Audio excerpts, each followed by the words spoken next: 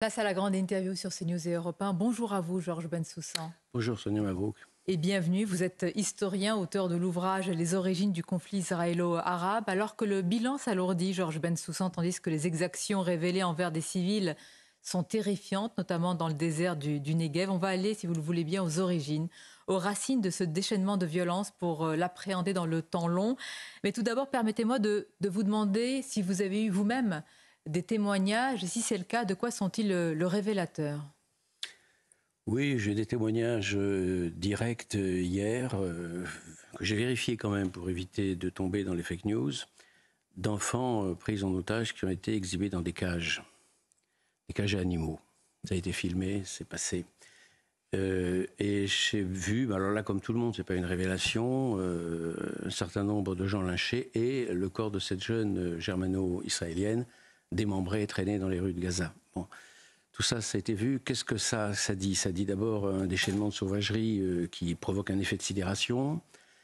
Ça dit aussi que cette sauvagerie, elle est très angoissante pour tout un chacun, même pour celui qui ne s'intéresse pas à ce conflit, parce que ça interroge les limites de notre humanité. C'est-à-dire que tout accès de sauvagerie, à un moment donné, nous pose la question suivante: de quoi sommes-nous capables? Qui sommes-nous en tant qu'êtres humains? À partir de quand bascule-t-on dans la décivilisation, pour reprendre un terme très ancien d'ailleurs, et qui a été employé récemment? Voilà ce que ça dit, ce que ça interroge. Et forcément, ça interroge, vous l'avez dit en préambule, la nature longue du conflit.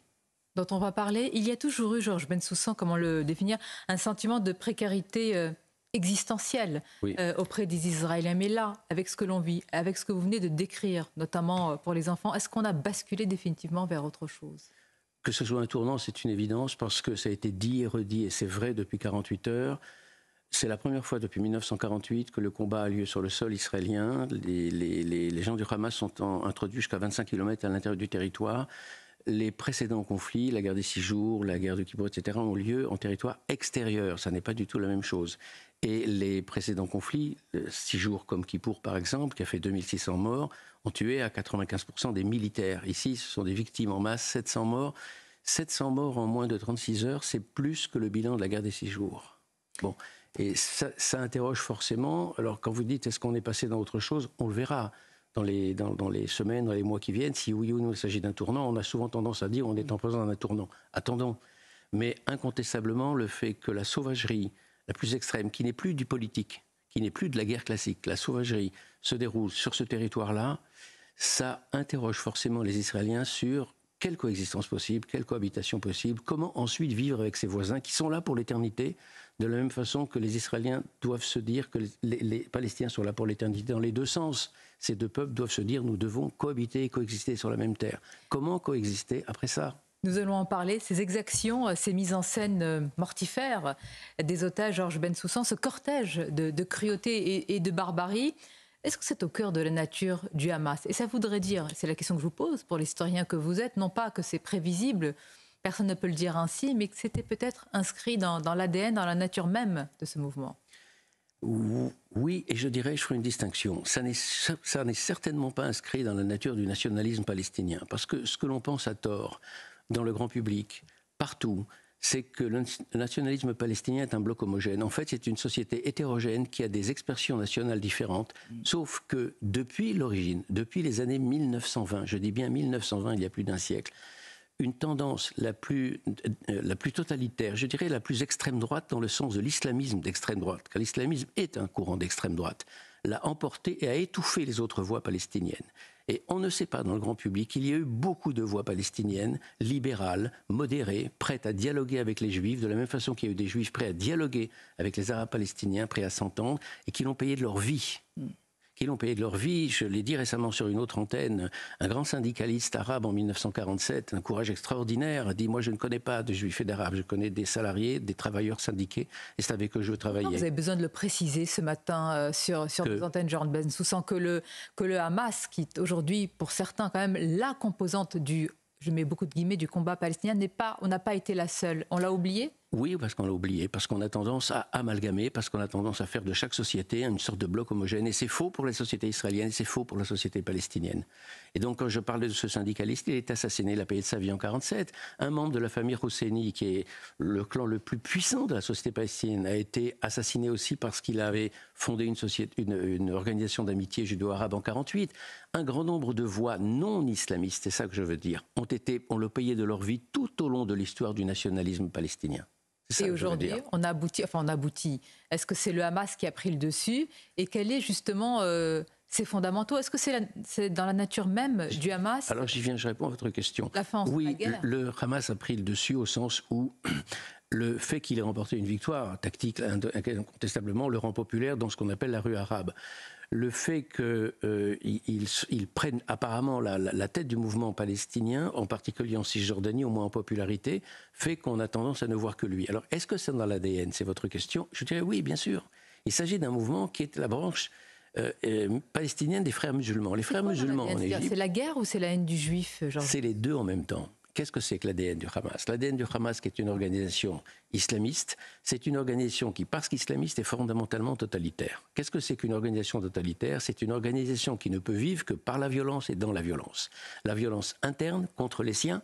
La société palestinienne à Gaza est muselée de façon impitoyable et la moindre écart de conduite vous vaut des tortures abominables. Bon, souvenez-vous de ces homosexuels balancés du haut des immeubles et autres. Bon, et c'est la guerre à l'extérieur parce que comme tout pouvoir totalitaire, il ne peut survivre que par la violence et la guerre renouvelée.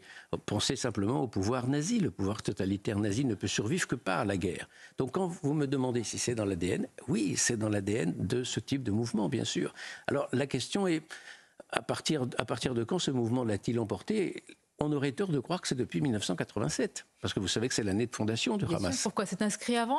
Souvent, oui. Vous avez fait référence, Georges Bensoussan, à ce qui s'est passé, et l'historien que vous êtes nous amène à plonger dans l'histoire récente, contemporaine. En 1929, il y a ces émeutes à Jérusalem, également à Évron. Que s'est-il passé à ce moment-là, de fondateur? Il s'est passé qu'à partir des années 1920, le moufti de Jérusalem, Amin al-Husseini, qui est relativement connu quand même, Amin al-Husseini a eu l'intelligence de comprendre que le seul principe fédérateur de la société palestinienne contre le sionisme, c'était l'islam, et ça ne pouvait pas être la nation, car la nation est une notion occidentale qui correspond à d'autres types de sociétés. La société palestinienne est une société clanique, qui fonctionne par grandes familles. Bon.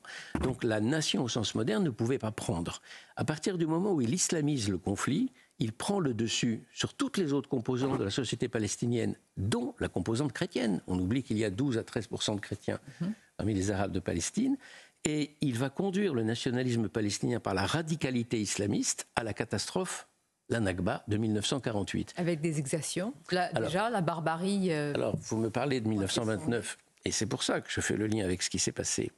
En 1929, quand la foule s'en prend à tout ce qui est juif, elle ne s'en prend pas à tout ce qui est sioniste, parce que vous savez qu'en Palestine, ou plutôt les auditeurs ne le savent pas, mais je pense, disons-le, il n'y a pas que des sionistes parmi les juifs. Il y a toute une vieille communauté juive orthodoxe, rabbinique, si vous voulez, qui n'a rien à voir avec le sionisme et qui est même souvent antisioniste.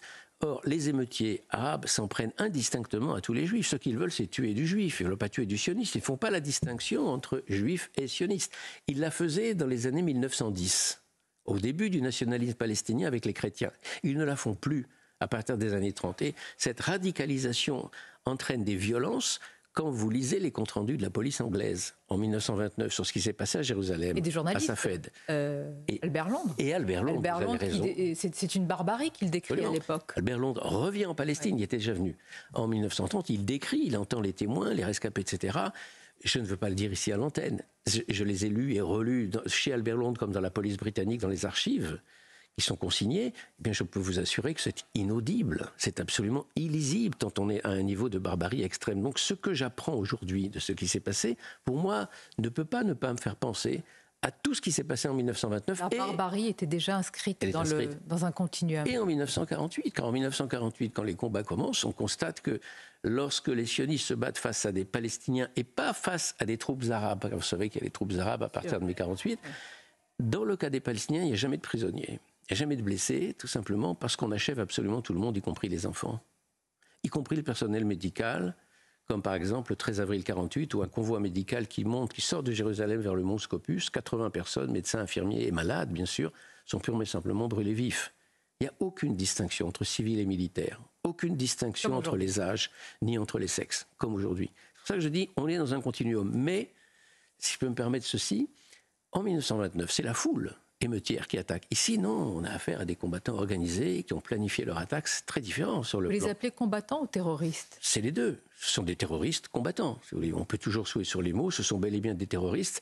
Pourquoi plutôt privilégier le mot terroriste? Parce qu'ils ne distinguent ni civils ni militaires. Donc sur ce plan-là, ce ne sont pas des combattants au sens ordinaire. Et le fait, Georges Bensoussan, qu'il faille protéger les Français juifs aujourd'hui, d'abord c'est la preuve que l'importation du conflit est réelle. Vous l'avez dit déjà il y a de nombreuses années en dénonçant les territoires perdus de la République. Pour cela, vous avez été traité de crypto-fasciste. Vous rappelez que vous l'avez dit avant, aujourd'hui nous sommes en train de le vivre, que les Français juifs aujourd'hui aient besoin d'être protégés en France, à l'intérieur de nos frontières, je veux dire si loin mais si proche de ce qui se passe. De quoi est-ce aussi le symptôme? Oui, c'est un symptôme qui est là déjà depuis plus de 20 ans. Le conflit est importé, il n'est pas importé par les Juifs. On n'a pas vu, alors que là on est en présence d'une agression caractérisée, on n'a pas vu des Juifs poursuivre des petits-enfants musulmans dans les rues, les frapper, ou on n'a pas vu des enfants musulmans quitter les écoles publiques. C'est l'inverse qui s'est produit. Ce sont les victimes qui sont obligées de s'isoler. Ça traduit quoi? Ça traduit le fait qu'il y a une partie de ces populations d'origine arabo-musulmane qui sont mal intégrées, qui vivent ce conflit comme si c'était le leur, et qui vivent ce conflit comme si c'était le leur pour deux raisons principales. D'une part, par un antisémitisme ancien, qui est culturel, qui a été souvent importé du Maghreb et qu'elles n'ont pas assez combattu. Alors, c'est pas vrai de tous, loin de là. Bon. Mais également par un anti-occidentalisme, une haine de la France, qui est étroitement corrélée à la haine du juif. Ça marche toujours ensemble, si vous voulez. C'est un cocktail explosif. À le moins qu'on puisse dire, oui. Parlons aussi de l'Iran, parce que le rôle maintenant est identifié. On a vu aussi... peut-être l'intérêt de l'Iran, c'est d'empêcher finalement cette normalisation des relations avec certains pays arabes, dont l'Arabie saoudite. C'est la tête de l'hydre, l'Iran, aujourd'hui. Est-ce qu'il faut la couper symboliquement? Ce qui est certain, c'est qu'on voit mal le Hamas lancer cette offensive, non pas sans le feu vert de l'Iran, parce que le Hamas ne descend pas totalement de l'Iran, n'oubliez pas, c'est sunnite, l'Iran est chiite, etc. Mais qu'une grande partie de l'armement soit venu d'Iran, c'est certain. Ils avaient quand même des moyens, même si c'était des moyens limités par rapport à Israël, mais ce sont des moyens. Et que l'Iran ait voulu faire capoter l'accord avec l'Arabie saoudite, je crois que c'est clair, même pour un enfant de 10 ans, c'est vrai. Est-ce qu'il faut voir forcément uniquement l'Iran derrière cela? Non, il y a véritablement une volonté propre du Hamas qui est pris dans une nasse, qui est acculé à la défaite, qui ne peut survivre que par la guerre, comme encore une fois, comme dans tous les régimes de type totalitaire. C'est la guerre qui est leur raison d'être. Encore un mot sur le débat, les polémiques dans une partie de la classe politique française à l'extrême gauche. Pour l'historien que vous êtes, de quoi se rendent-ils coupables? Ceux qui n'ont pas dit clairement, ceux qui n'ont pas condamné clairement ces exactions, ce cortège de cruauté, est-ce qu'ils sont complices? Alors ceux qui n'ont pas condamné clairement, ou même ceux qui carrément approuvent ce qui est en train de se passer, comme le NPA, vous avez vu le communiqué du NPA hier, qui parle de 75 ans de colonisation. Autrement dit, l'État d'Israël lui-même est illégitime. Ça signifie ça. Bon. Il y a deux hypothèses. Soit ils pensent réellement que ce qui se passe, les atrocités des événements actuels, sont une réponse à la colonisation israélienne, comme ils disent, selon des éléments de langage. Soit ils le font par souci électoraliste. S'ils pensent réellement que c'est une réponse à la colonisation, c'est qu'ils ne connaissent rien à l'histoire du conflit, ou que ce sont intellectuellement des naïfs et à la limite, je dirais, des imbéciles, s'ils le pensent vraiment. Sinon, on est dans le cynisme électoral le plus pur, qui consiste à penser qu'on va acquérir ainsi le vote des banlieues. Dans le deux cas, n'est-ce pas, de l'apologie du terrorisme? Dans les deux cas, bien sûr, ça y revient, vous avez raison, tout à fait. Je vais conclure, j'en reviens à ce que vous avez dit au début de cet entretien, Georges Bensoussan, vous avez parlé de deux peuples. Malgré tout, à long terme, une séparation totale des deux peuples n'est-elle pas indispensable? Si proche, si loin, si antagoniste, si antinomique? Elle est, si vous voulez, pour avoir étudié le conflit depuis les origines, je suis convaincu aujourd'hui que les éléments de base du conflit sont les mêmes qu'il y a 100 ans, que les mêmes qu'au moment où l'administration britannique. C'est-à-dire qu'il faut séparer les deux peuples. Le rapport Peel en 1937 des Anglais disait qu'il faut séparer ces deux peuples qui ne s'entendent pas. On est 80 ans plus tard, c'est exactement la même chose. Non seulement la seule solution, c'est le divorce, mais il faut envisager, pour un divorce réussi, même des transferts de population dans un sens comme dans l'autre, Ça, c'est le premier élément du problème. Et le deuxième élément du problème, qui permettrait peut-être d'apaiser un peu les tensions en France, c'est d'échapper à ce déni de réalité qui est un véritable poison des Occidentaux. Nous sommes ici dans un effet de sidération, c'est vrai, mais un effet de sidération qu'on devrait dépasser pour s'interroger sur notre capacité à nier la réalité quand la réalité dérange nos systèmes de pensée et nos valeurs. Vous savez, il y a une phrase de Bergson qui est très belle qui dit « L'œil ne perçoit que ce que l'esprit est prêt à comprendre ». Nous ne sommes pas prêts à comprendre le potentiel de haine qui existe. Nous sous-estimons le poids de la haine parce que nous voulons des sociétés désormais débarrassées de la haine. Nous avons tort. Nous ne sommes pas dans un monde de bisounours, mais dans un monde helvétique, entouré d'ennemis gentils et bienveillants. Nous sommes dans un monde de violence et l'Occident a beaucoup de mal à le comprendre. Et d'ailleurs, ce qui s'est passé, si je peux le dire encore, bien sûr, ici, j'ai encore quelques secondes, avec la Rafah Party, où 260 des 700 tués israéliens ont été tués dans cette Rafah Party, c'est d'une certaine façon l'inconscience d'une certaine jeunesse israélienne qui a perdu le sens des réalités pour la paix. Et qui va faire la fête à 1 kilomètre de l'une des frontières les plus dangereuses du monde. Merci Georges Bensoussan. Merci à vous. Vos expertises sont aussi rares que précieuses. C'est une chance de vous écouter et de vous regarder ce matin. Merci à vous et bonne journée. À bientôt. Merci.